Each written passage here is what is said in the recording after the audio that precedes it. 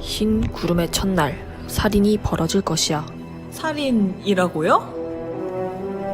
그래, 살인이지. 양치기 소년과 늑대 우화를 원작으로 하는 창작 희곡 파수꾼. 오늘은 나에게 맡겨라.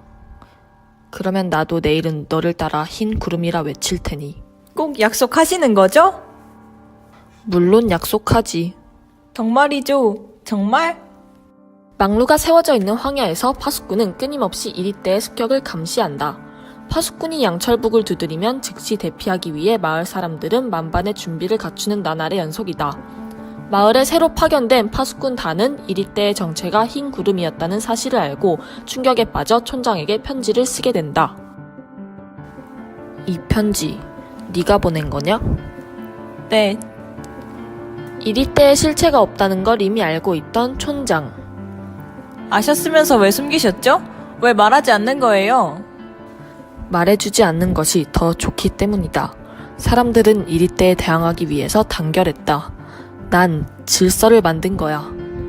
질서, 그게 뭔지 넌 알기나 하니? 하지만 그건 거짓 질서잖아요. 저는 망루 위에 올라가서 외치겠어요. 잠깐만. 너가 말을 한 뒤의 일을 생각해봐. 사람들은 망루를 부수고 아마 나를 죽이기까지 하겠지. 흰 구름의 첫날, 살인이 벌어질 것이야. 살인이라고요? 그래, 살인이지. 교활한 촌장의 말에 동요하는 파수꾼 다. 예, 네가 본 흰 구름은 내일이면 사라지고 없는 거냐? 아니요. 괴로워하는 파수꾼 다를 껴안으며 내일은 진실을 말하겠다 거짓말하는데요. 약속하시는 거죠? 물론 약속하지. 거짓과 실제하지 않는 공포 정치의 수단을 의미하는 이리떼. 그런 이리떼의 실체이자 진실을 나타내는 흰 구름. 그리고 공포심과 불안감을 불러일으켜 민중을 통제하기 위한 권력의 수단인 망루와 양철북. 1970년대 체제 유지를 위한 안보 정책을 풍자해서 표현하려고 했어요. 들판 저 너머에는 흰구름만 있을 뿐 이리떼라고는 없음에도 불구하고 이리떼가 나타난다라는 공포 속에서 평화를 유지하려고 아이러니한 상황이 계속되던 마을에서 한 파수꾼에 의해 알려준 진실은 체제 유지를 위해서는 가상의 적이 필요하다는 촌장의 설득으로 인해 철저하게 무시되죠.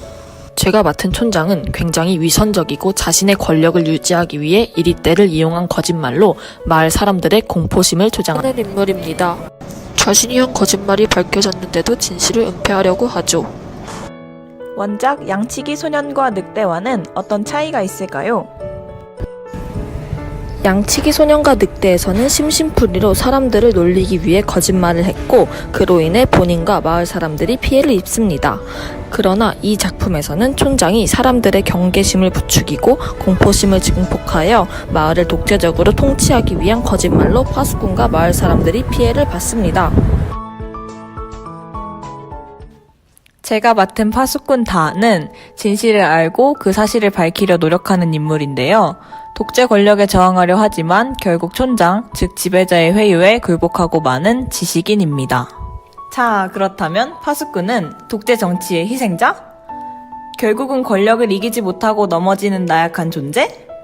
혹은 잘못된 진실을 알리려는 정의로운 시민? 이에 대한 대답은 파수꾼이 좋다 감독님께 들어보시죠. 안녕하세요. 파수꾼이 좋다의 감독 한가영입니다. 독자들은 처음에 파수꾼에게 연민을 느끼며 그 역시 권력을 유지하려는 체제의 희생자라는 생각을 강하게 갖게 됩니다. 하지만 결국 파수꾼의 나약함을 목격하고는 분노까지 하게 되죠.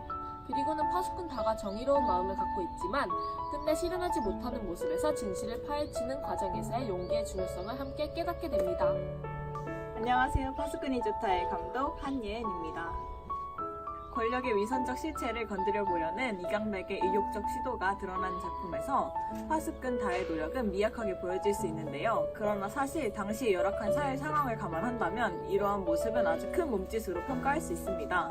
진실을 말하기 위해서는 용기가 필요합니다. 진실을 알고 있으면서도 그 진실을 말할 수 없는 상황. 진실을 용기 있게 외치는 고통보다는 지배자의 달콤한 유혹을 선택하는 소년의 모습이 우화적 기법을 통해 극적으로 잘 표현되어 있는 작품입니다.